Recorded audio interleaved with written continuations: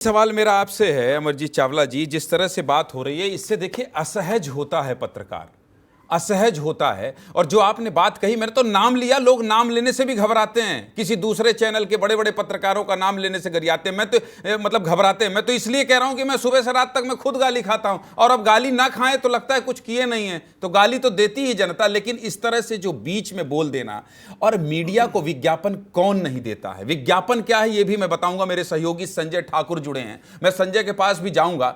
लेकिन विज्ञापन देना, लोग अपनी छवि चमकाते हैं। और जिस तरह से भूपेश बघेल की बात कर रहे हैं, गौरी शंकर श्रीवास की, विज्ञापन देकर देखिए, मैं फिर से कह रहा हूं बहुत जिम्मेदारी से, 833 करोड़ का बजट छत्तीसगढ़ में भूपेश बघेल की सरकार के पहले कभी नहीं हुआ। तो ये विज्ञापन भूपेश बघेल ने भी तो दिया। तो ये सवाल किस पर है, जिसको उचित शर्मा जी कह रहे हैं कि ये सवाल क्या भूपेश बघेल की सरकार पर उठा रहे हैं, राहुल गांधी, अमरजीत जी? नहीं, देखिए, उन पे उठा रहे हैं या नहीं उठा रहे हैं वाली बात है ही नहीं। यहाँ पे उनका कोई मैटर ही नहीं है। बात एक सिस्टम की हो रही है। देखिए, सरकारें कोई भी होती हैं, आज मोदी जी 10,000 करोड़ का विज्ञापन दिए, बात वो नहीं है। बात हम भटक जाएंगे। बात यह है कि राज्य सरकार और केंद्र सरकार में थोड़ा अंतर रहने दीजिए। हाँ, सरकारों के दायरों का थोड़ा अंतर रहने दीजिए। बात यह है कि पत्रकार जो होता है बेचारा 15-20 हजार की तनख्वाह लेता है। पत्रकार तो चलो फिर भी चर्चा में, कैमरामैन जो बेचारा जान हथेली में लेके जो लाइव कवर करते हैं, आज बात विज्ञापन देना गुनाह है क्या? मैं आपसे पूछूं। बात ये देखिए, सरकार, सरकार, इतने पूछूंगा आपको कि क्या विज्ञापन देना गलत है? नहीं, अगर आप अच्छा काम करते हैं तो पूरे देश दुनिया आपकी योजनाओं को जाने, उसके लिए प्रचार देना जरूरी, विज्ञापन देना जरूरी। पर विज्ञापन का हिस्सा पत्रकार को नहीं मिलता। अरे विज्ञापन का यहां पर बात तो यही हो रही है ना कि जो आज प्रोफेशनल तरीके से जो जितने भी उद्योगपति हैं, उन्होंने मीडिया घरानों को कब्जा क्यों कर लिया है? ताकि उसके माध्यम से वो बड़े बड़े ठेके लें, बड़े बड़े धंधे लें। तो सरकार को एजेंडा सेट करके वो पत्रकार को भेजते हैं कि प्राइम टाइम में भैया ये सवाल पूछना। आप जैसे ईमानदार पत्रकार, उचित शर्मा जैसे, ललित सुरजन जैसे ईमानदार पत्रकार अब कितने बचे? विज्ञापन मतलब क्या होता है संजय ठाकुर, बताइए, आपने क्या रिसर्च किया है?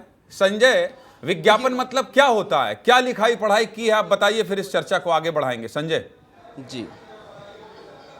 जी, रॉजर रिव की एक परिभाषा है कि अपने विचार दूसरे के मस्तिष्क तक पहुंचाना विज्ञापन है। कितनी सामान्य परिभाषा है कि अगर मेरे मन में कोई विचार है तो मैं उसे विज्ञापन के जरिए किसी दूसरे के दिमाग तक पहुंचाऊंगा और इसके बदले कुछ राशि चुकाऊंगा, ये विज्ञापन है। अब देखिए, मैं आंकड़े बताता हूं। आपने कह दिया कि मीडिया संस्थान ब्लैकमेल करते हैं, लेकिन इस दौरान पिछले जब लोकसभा चुनाव थे तब कांग्रेस ने 2 करोड़ रुपए सोशल मीडिया पे खर्च किए थे, गूगल मेटा पे खर्च किए थे। इस साल वो राशि बढ़ के 34 करोड़ हो गई है। बीजेपी ने भी इस दौरान अपनी राशि को बढ़ाया। तो वो तो कोई मीडिया संस्थान, वो ऑनलाइन मीडिया संस्थान है, तो क्या उसे भी आप ब्लैकमेल मानेंगे कि वहाँ ब्लैकमेल हो रहे हैं, आप इसलिए आप विज्ञापन दे रहे हैं? तो यहाँ ये परिभाषा में थोड़ी समस्या है कि विज्ञापन की परिभाषा भी पढ़ना जरूरी है कि हम बहुत सामान्य तरीके से अपने विचार दूसरे तक पहुँचाने के लिए कुछ राशि खर्च करते हैं।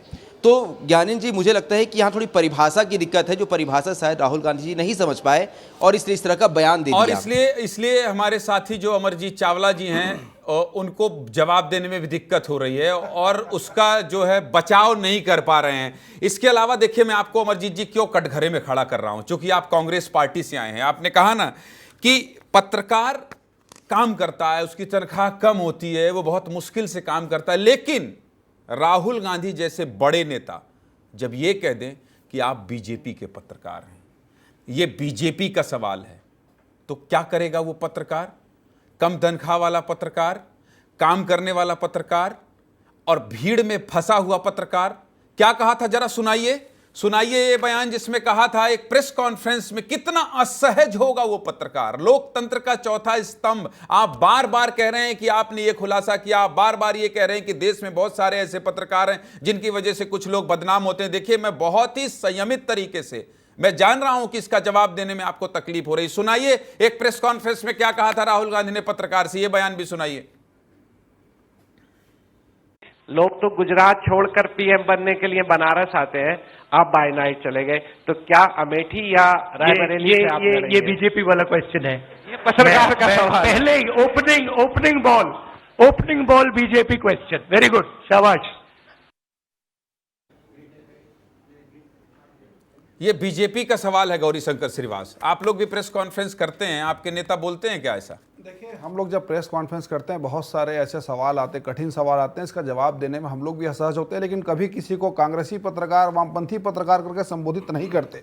इस प्रदेश में विज्ञापन पाने का अधिकार भूपेश सरकार में एक अखबार को था, और वो था नेशनल हेराल्ड, जिसका छत्तीसगढ़ में कोई रीच नहीं था, लेकिन करोड़ों के विज्ञापन फूके गए। और ये बयान अपने आप में इतना शर्मनाक बयान है कि आज पूरे भारत देश के पत्रकार लानतें भेज रहे हैं। उसके बावजूद कांग्रेस पार्टी इस बयान की निंदा भी नहीं कर रही। छत्तीसगढ़ में पिछले 5 साल में यहाँ के 100 से ज्यादा पत्रकारों पे ना सिर्फ FIR हुआ, गिरफ्तारी भी हुआ, उनके घर पे बुलडोजर भी चढ़ा, तब लोकतंत्र खतरे में नहीं आया। और एक अभी अमरजीत जी ने कहा कि पत्रकारों की बात नहीं हो रही, मीडिया संस्थानों की हो रही है। आपने भर भर कर 800 करोड़ किसको बांट दिए?